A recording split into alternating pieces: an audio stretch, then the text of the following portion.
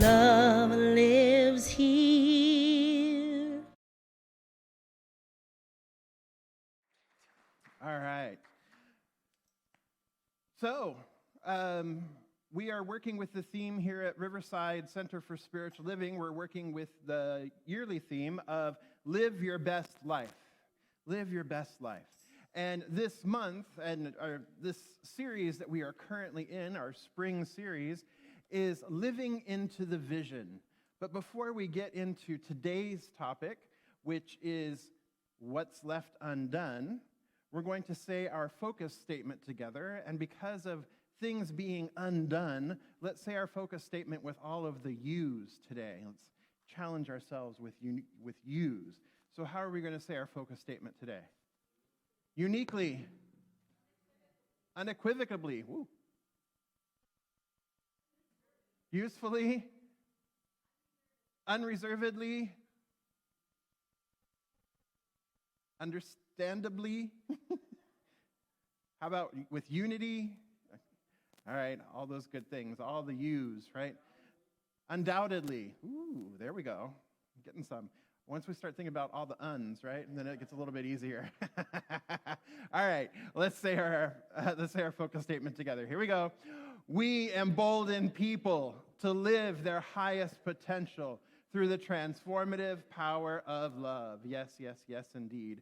So I want to say good morning here to some of our folks online. Good morning from Vicki Ross, and then good morning from Marty Ross from the other side of the living room, is what he says. So they're watching on other separate devices, evidently. Corey Windsor even said unabashedly. So good morning to Corey, and good morning to Patty. And once again, good morning, Wayne. Aloha kakahiaka to you. All right. So today, we are talking about what's left undone. This whole series of living into the vision, we are moving from vision, and remember there's vision, which is the high idea for our life, or the high idea for ourselves, for a particular aspect of our lives. And when we have vision plus choice plus action equals transformation. So when the vision is clear, remember last week I said, when the vision is clear, the decisions are easy. When the vision is clear, choices become easier as to beginning to take actions that are in alignment with the vision that we have for our lives. Remember, the vision for your life, or the vision, is your individualized expression of your purpose. The sole purpose is for you to be the power and the presence of love on earth. That is your sole purpose. So if you're wandering around like, I don't know what my purpose is in life, it's to be the power and the presence of love on earth. That's it. End of story. The vision is how you express that love, how you express that power and presence of love in this form. You are a spiritual being. You are having a spiritual experience in this form, in this time and space. And so your vision is how you are expressing that. Your vision is what you are being called to express more of, and how you're being called to express it, and then the ways you're being called to express it. Whether it's being expressed through relationships, or your job, or your vocation, or your creativity, or your education. It's however it is being called, however you are being called to express it through you. So we are moving, so each choice you make, each action you take, as I said last week, either serves or sabotages your journey toward your vision.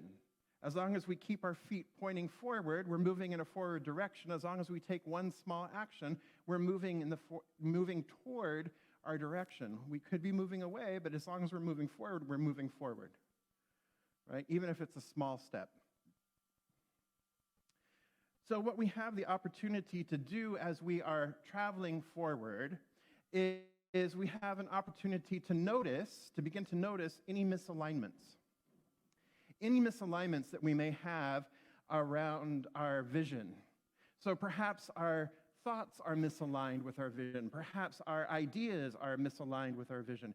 Perhaps our words, our actions, or behavior might be misaligned with the vision. So what are we doing? How are we moving toward the vision? Are we actually moving toward it, or are we kind of moving askew, or are we kind of going backwards? backwards, or what are we doing? How are we moving in the direction of the vision? And what we know and what we teach is that when we don't like a direction we're headed, or we don't like a behavior, or we don't like an action that we've taken, what do we have the opportunity to do, beloveds? We have the opportunity to change that thought, change that belief, change that action. So we are always empowered when we come into our awareness that, hey, you know what? That Thai food last night really didn't sit well with me. And so maybe I need to change. I still love the Thai food, but maybe I need to change what I'm ordering when I go out to eat, right? So that it sits a little bit better. It sits a little I don't feel so queasy. That's not what I had for dinner last night, by the way, and I love me some Thai food. But there you go, just an example, right, of something that can be so simple in your life that we can then begin to change those things. We can begin to change the patterns, remembering always that each choice sabotages or serves your vision.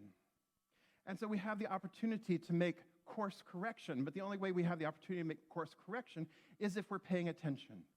Is if we're paying attention, we're self-reflective, we're self-aware, and it's yeah, that didn't sit well yesterday, so let me choose something differently today. And the more we are paying attention, then the more agile we become, the more flexible we become in being able to change the direction.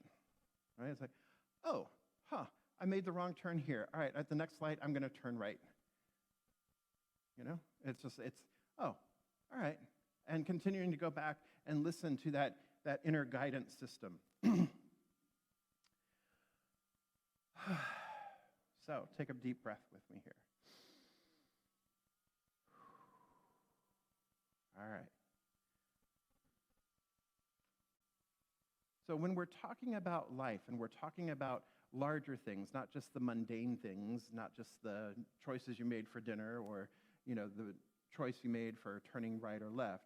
When we're talking about life in general, it is hard to move forward when we are weighed down like Santa Claus with the weight from the past. It's hard to move forward when you're dragging your past, trying to drag your past along with you. Right? It makes it difficult to move forward. So today, with the undone, what's undone is our incompletions. And our incompletions have a tendency to be those things that really, really, really weigh us down.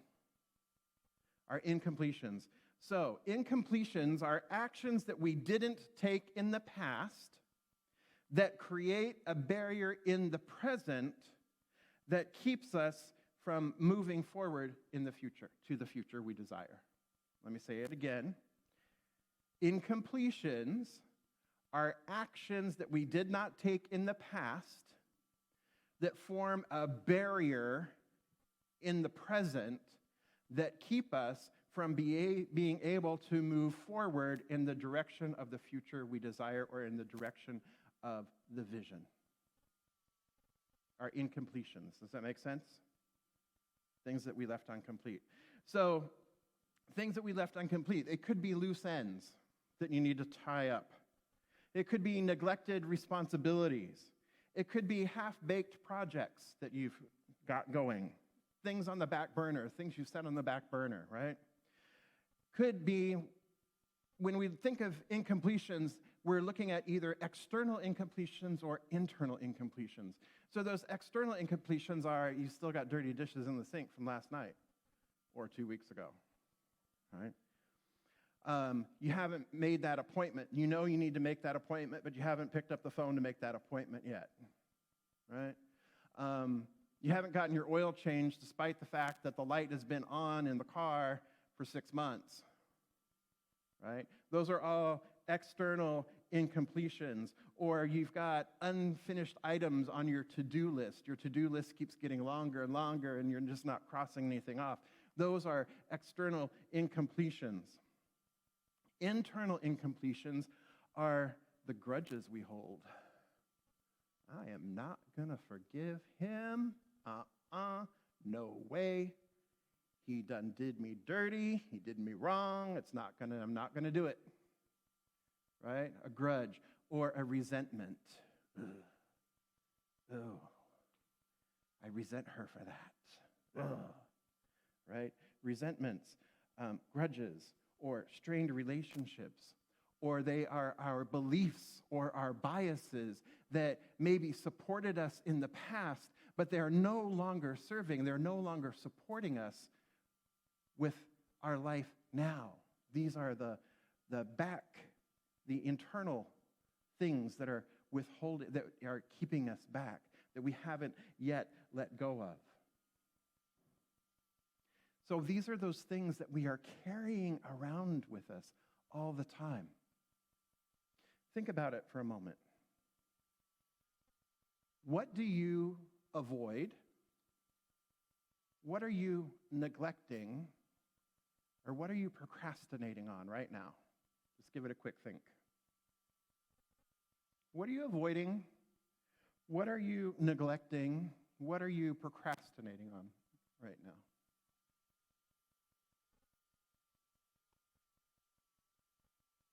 Got something? This is an incompletion. This is the easy way to find your incompletions. And notice when you think of these things, how are you feeling in your body? Are you feeling open and free and joyous? Are you feeling heavy or internal? What thoughts are coming up for you around these incompletions that you've managed to identify? We hold on to them and we don't want to look at them because we tend to avoid them because they bring up feelings of guilt or shame or blame, remorse, resentment. But what would be possible, beloveds, if we let them go? What would be possible if you addressed the incompletion, if you completed it, or if you just simply released it? As Ernest Holmes said in our Declaration of Principles, that we believe that the ultimate goal of life is a complete emancipation from all discord of every nature, and that everyone is sure to attain this goal. We believe that the ultimate goal of life is emancipation from discord of every nature. In other words, we believe that the ultimate goal of life is freedom itself. Free to express, free to be. And what are we called to be free to be? And how we do this is through the direct revelation of Spirit. We believe in the direct revelation of Spirit. We don't need an intermediary. We believe in the direct revelation of Spirit within us, guiding and directing. And so that's where the vision itself is our guidepost. The vision ourself is that true north on a map. It is that compass that we navigate toward, is the vision. So think of what's possible if we begin to take these things out of our rucksack or out of our backpack or out of that great big piece of luggage or the steamer trunk you've been pulling around with you, by addressing them, by completing them, or by releasing them. Because what we can do, beloveds, when we have these things that are undone and we begin to look at them and see them and identify them, we can assess them. We can ask, all right, is this thing that I have left undone, is this serving my highest vision? Would it serve me in moving forward toward the highest vision of my life? Will it support me? Will it serve me? Or is it a relic? Maybe it served me in the past. It no longer serves me now. So that's an opportunity maybe for me to release it. Can you think of something like that for yourself? Maybe you had a dream of becoming an opera singer. And you're like, you know, that's no longer my dream. But yet, every time I don't practice my scales, or every time I don't, use my voice, I'm blaming myself, I'm shaming myself, I'm feeling cruddy about myself because I know I could have been an opera singer. Well, that's one thing that you could simply let go of because it's no longer serving the dream, because you really don't have the dream of being an opera singer, but yet you're attached to that because that was something that you had thought of or you thought would be really cool when you were a kid or a young adult, that was a possibility for you. But now you're like, it doesn't really serve me anymore. So rather than beating yourself up, rather than blaming yourself and shaming yourself and shoulding all over yourself, right? Let it go and say, you know what, that was beautiful, and now I just sing for the joy of it when I want to sing. I just sing for the joy when I want to sing, right? Because we can shift. Our vision calls, and as we continue to move and grow toward it, it's not this static thing. We continue to move forward. And if something's no longer serving, we have the opportunity to let it go.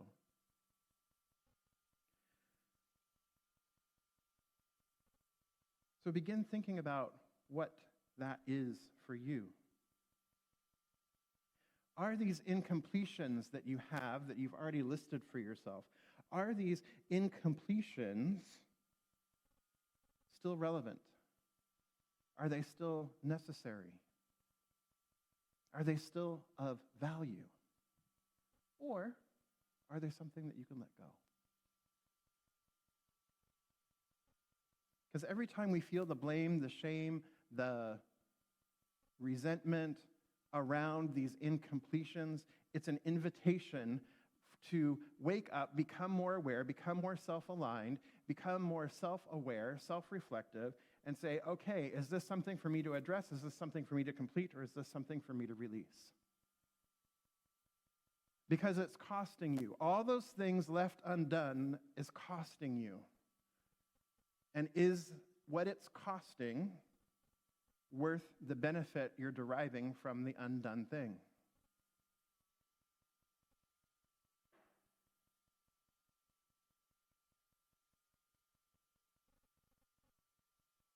Last year, 2 years ago, I was the chair of the Global Themes team. Remember? The chair of the Global Themes team for CSL. And we had a deadline that I set, by the way.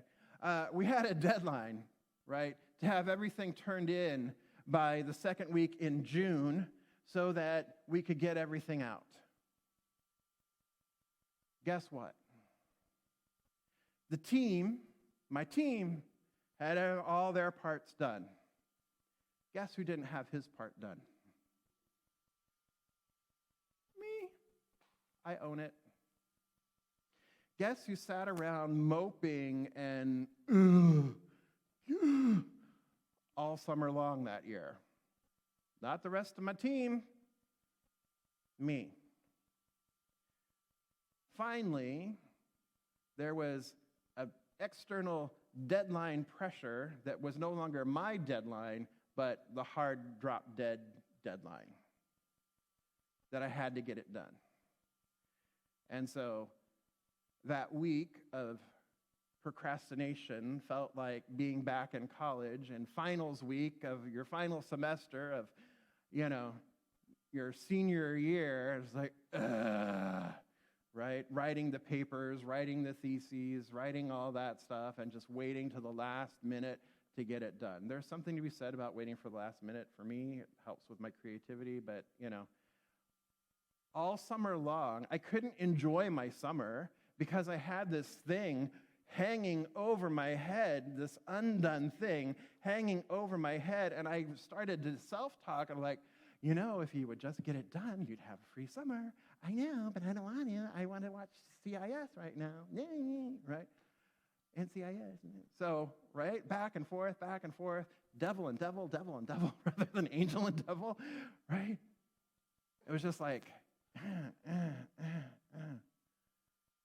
I was making myself miserable that summer. I was doing that to me because I was holding on to, I really don't feel like it. I'm not inspired. I don't know why I said yes to this. I don't know why I said yes to this again for this year. I knew I was kind of like complete with it the year before, and why did I say yes? Why do I continue to say yes? Right? I finally got it done. Hallelujah, because we used it last year. We used the themes last year. So I got it all done. It was good, and it was a great year. And what I realized at that point, when I turned it all in, I got everything done, is that, you know what? I am complete in serving in this way. This thing that I was called to, this thing that served my vision, this thing that I was so passionate about, I'm complete with that. It was me that was holding on to the past. It was me that was holding on to the idea of us making a huge difference in our movement. It was me that was holding on to the ideals that I had and the possibilities. It was me that was holding myself back. And so at the end of when I turned everything in, then I also named my successor and let it go. Hallelujah. It's the same for you. What is it in your life? Where are you feeling the most weighed down right now? Where are you feeling the most weighed down? And give yourself permission to either deal with it or not. But make that choice consciously, because sometimes we're not ready to let things go. I wasn't quite ready to let that role go. But rather than choosing it consciously, I allowed myself to suffer. Rather than saying, okay, you know what? I'm not ready to let this go. I will let it go at a certain time, but I'm not ready to let this go. So I'm choosing consciously to continue to stay engaged with this for 6 more months. If I had chosen consciously to do it, it would not have been the slog, it would not have been the pain and suffering that I inflicted on myself. That constant weight of every morning. It's like, okay, and now I spent 3 hours scrolling through Facebook. Okay, well, I guess I'm not working on it today. Or whatever, right? So you can stay with it. You don't have to let it go yet. But if you do choose to stay with it, because we're talking about choice, if you do choose to stay with it, consciously choose it and give yourself the end date. Or give yourself a date to reassess if you are finally ready to let it go or if you need a little bit more time. But give yourself that opportunity. Incompletions, when we are aligned with our incompletions, when our incompletions are aligned with our vision, so sometimes, like I said, the incompletions are aligned with our vision. So when our incompletions are aligned with our vision, then you have the opportunity, the question, the exploration then becomes, okay, so what excuses am I making to not complete this? What excuses am I making to not write the book that I've been talking about writing for years? What excuses am I making? What beliefs am I holding that are preventing me from doing that? So what excuses, what beliefs are there? And what am I afraid of? What am I afraid of will happen if I do complete that thing that is in alignment with my vision? Because that thing, completing it, even though I know it's good, might be really scary. So what is the fear that is behind that? So these are all ways to explore because, like I said, when anything is left undone, whether it is the dishes in the sink or forgiving somebody who wronged you when you were 10 years old or 20 years old or whenever, right? Regardless of what it is, this is cluttering up your life. It's creating physical clutter, it's creating mental clutter, it's creating emotional clutter. And when there is clutter, there is obstacle. And you cannot move forward when you're dragging around, hoarders, right? Houses on hoarders. Because that's what it kind of looks like, your internal landscape. You cannot move forward. So, your practice for this week, what I'm inviting you to practice this week when you go home, is to make a list of 100. A list of 100 incompletions. And what I want you to do is I just want you to sit down and write stream of consciousness. Boom, boom, boom, boom, boom. Just write down your list of 100 incompletions. And if in your writing you get stuck, go ahead and repeat something you've already written on the list, and then start again and keep going. If you get stuck, you can't figure it out, refer back to your list and keep going. Or if as you're doing your list, you keep thinking about the laundry that's piled up in the corner, well, every time you think about the laundry that's piled up in the corner, write it down on your list. When you have your list of 100, then I want you to go back and I want you to look at your list of 100 and see what's repeated the most. Because that'll give you a percentage, because it's 100, right? It'll give you a percentage of how often this comes up. Also, look at categories. Is it physical clutter? Is it housework? Is it chores? Is it forgiveness? What is it? Look at the categories and categorize them. And then you can also see the percentage of, the state of my house and the incompletions that I have around keeping the house clean is 25% of my incompletions. It's 25% of my energy is being held, stuck, stagnant around cleaning the bathroom, taking out the trash, whatever it is, right? Then what I invite you to do is after you look at that and you kind of get an assessment of where you're feeling, where there's a lot of stuck energy, and remember this is a snapshot, pick the low-hanging fruit. Pick the low-hanging fruit. Okay, I'm going to take the trash out of the trash can and dump it in the trash bin outside. That's easy. It's going to take 2 minutes tops, right? It's low-hanging fruit. Get it done. Get it done. Pick that low-hanging fruit and start taking care of it, because when you do that, you're establishing trust with yourself. Hey, look, I can complete something. I can do this. I can make these changes. I can make these do, so I don't have to, every time I walk by the trash, like, oh yeah, I know, I got to take that out. And then I lift the lid, and it's like, it's still full, and all right, now I'm just going to cram it in there. I really need to take it out. All that energy is just that. I need to take that out. Right? Do it. Pick the low-hanging fruit. The other way of approaching this list of 100 is pick the one that's going to have the greatest impact. And if it has a great impact, maybe you'll have to break it down into the micro actions that we've been talking about, which is great, but then you start working on the one that's going to have the biggest impact. Either way, you are now making a choice and taking an action that is in alignment with what? The vision.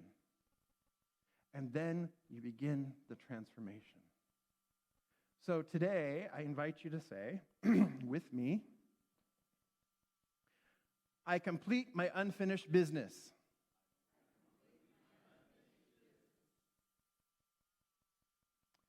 I'm not convinced. Let's try it again. I complete my unfinished business. One more time. I complete my unfinished business. And so it is. All right. I invite our practitioners and our core council members to please stand and surround the sanctuary. And as they do, I invite our band back to the platform.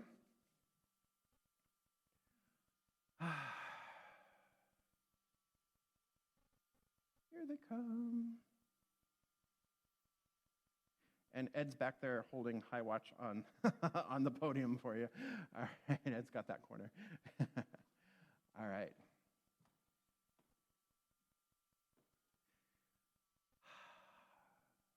So let's breathing in together, recognizing that there is only one power, one presence, one life, one love, one infinite, eternal that is all, through all, as all, that lives, moves, breathes, and has its being in, through, and as me, in, through, and as all of life, all of creation. Therefore, I know that each one is one with the one, that each one is a divine emanation, impartation, manifestation of this one life. Each one is the power and the presence of love made manifest. That is who I am. That is who we are. That is what we are about here at Riverside Center for Spiritual Living, to walk forward, to step forward as the power and the presence of love out into the larger community itself.